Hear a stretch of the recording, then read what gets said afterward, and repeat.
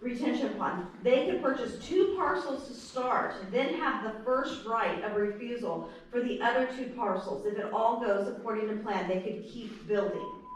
So back in April of 2024, his original plan was to sell the first 1.7 acres to build that 42-unit apartment complex. And then how he talks about he's gonna build single family homes, which we already know over here. He said the property's never gonna have market rate homes, because his plan that is approved by the city says we're gonna have market rate homes on there also.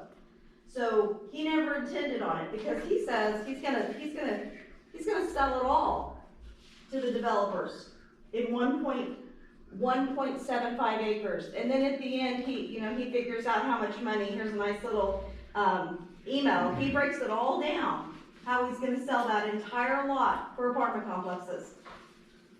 So he never had, back in April, never intended. This was his plan, and everybody knew it. Or at least maybe Bob had an idea that was his plan. I don't know about everybody else, but that's where he was going with it. And let me find where I'm at next. Okay.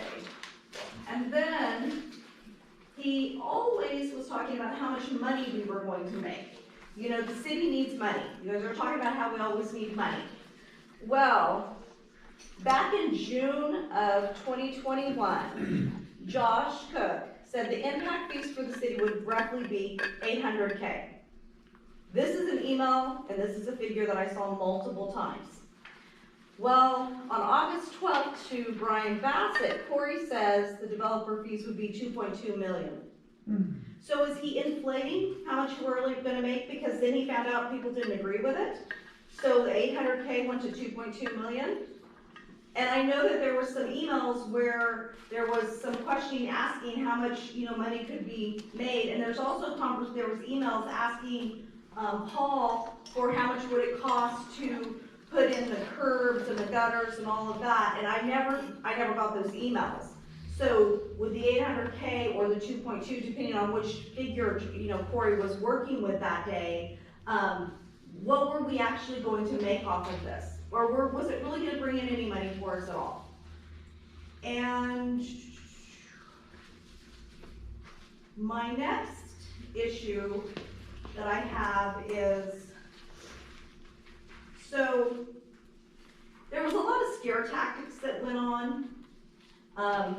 Corey sent multiple page emails to all the different, now we have kind of a different setup of our city council members, of all these reasons of why, they should be approving it.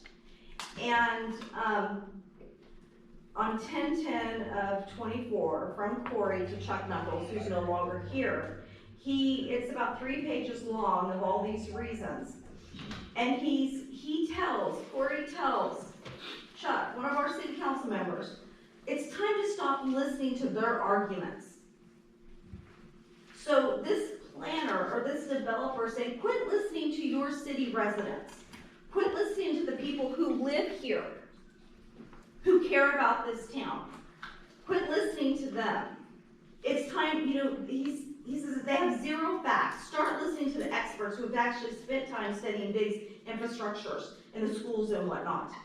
Okay, well, if we look back about what he did, he was changing his mind from April to October.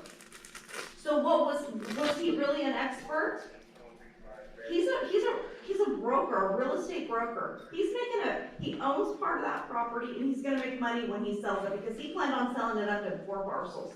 So he's saying, stop listening to your city. And I hope as city council members that you realize, please don't stop listening to us as the residents of this town, because we care. We're not here to make a quick buck, and we don't even really know how much we're gonna make, because Corey inflated his figures. Josh said 800,000, Corey said 2.2 million. We don't really know what it is. And then, in the end of his email to Chuck, he ends it with, you need to support it. It can only end up in a lawsuit, which is good for no one. So what kind of tactic is this man using to get the vote from the city council members. And not too long after that, I know there was other issues. Chuck is no longer part of the city council. So he was threatening city council members in emails with lawsuits. Is that the kind of person that this city wants to do business with? Someone who threatens us with a lawsuit when we already have a financial issue? Do any of you want to get emails being threatened of a lawsuit? Well, that just takes me on to my next issue. Because some of you have been threatened with the enforcement of the Division of the Fair Political Practices Commissions. And we all know that Josh Cook has filed against, I think, all of you. And my ending is not to go against any of you in any way whatsoever. It's just an issue that I think needs to be addressed, is the fact that the city council, I feel like, are being bullied into the way you vote by some of these people with their tactics.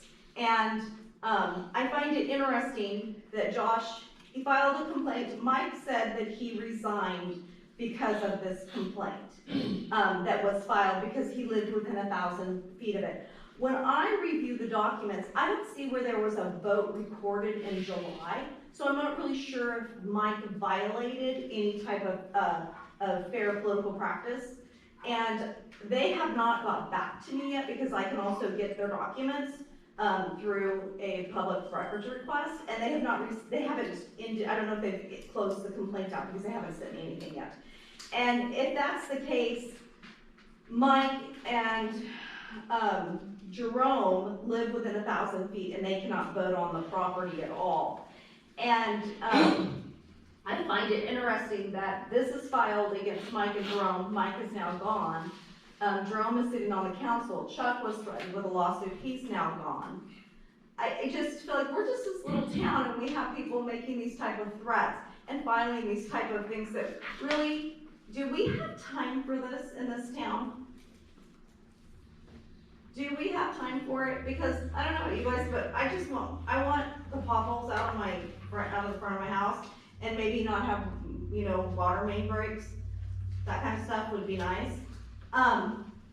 So what else? Let me see if I have anything else. And then my other issue with this filing is that Josh actually reached out to the city attorney before that vote even took place for direction to help the city council members. So that's actually, there's emails here too about that.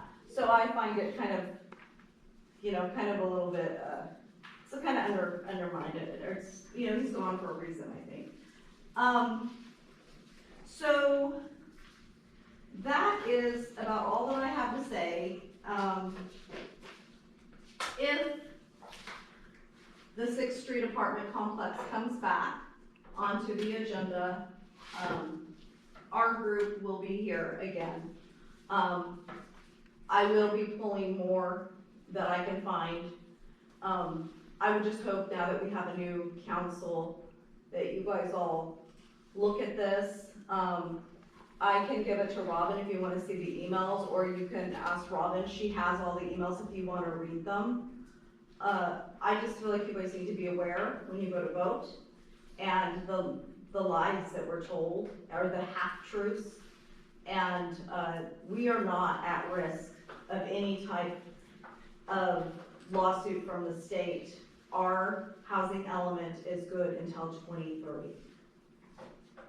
So that's just the thing that you guys all need to remember. And hopefully we can keep the strong armed people out of our city, and we can just do what's best for the residents. And the residents of this town do not want that apartment complex. Thank you. Thank you, Amanda.